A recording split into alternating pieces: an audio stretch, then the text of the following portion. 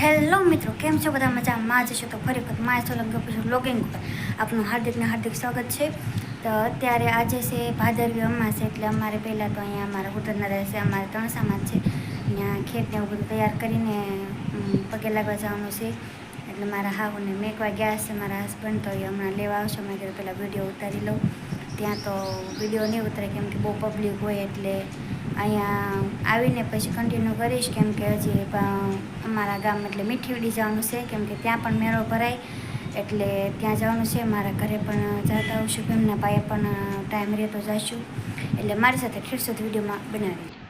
તો ફાઇનલી મિત્રો અમે જાય છે મીઠીવડી મેળામાં. બહારનું લોકેશન જો. તમારે મેળો જોવો હોય તો બ્લોગ જોવા માટે કન્ટિન્યુ બનાવી દેજો.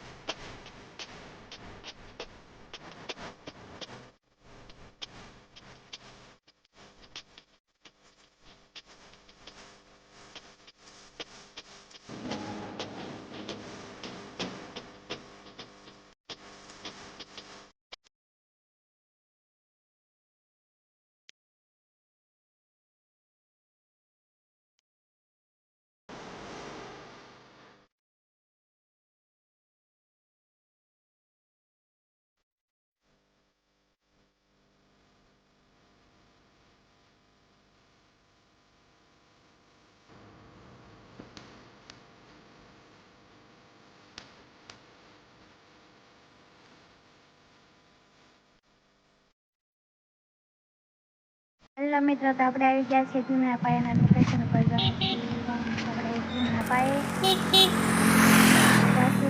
અહીંથી અમારે હાલીને જવાનું છે, કેમ કે રસ્તો થોડોક પગ કેરી છે, એટલે નળની વાટે ઊભા છે. એ આવે છે હમણાં પાછળ, એટલે કેટ સુધી મારી સાથે વિડીયો બનાવી છો, કેમ કે ભીમના પાયા હમણાં બતાવું તમને.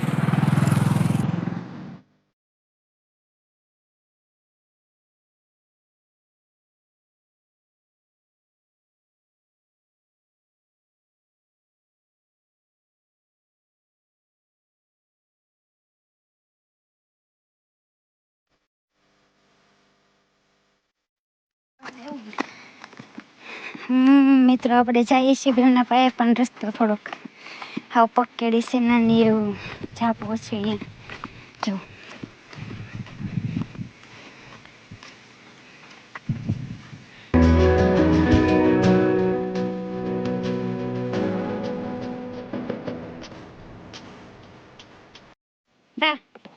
નો હલવા પેલા તો જાઉં મુનબેન નીકળશે. હા દેવો નીકળી જાય, પણ એને નો બીક લાગે નીકળે તમે ન જાતા.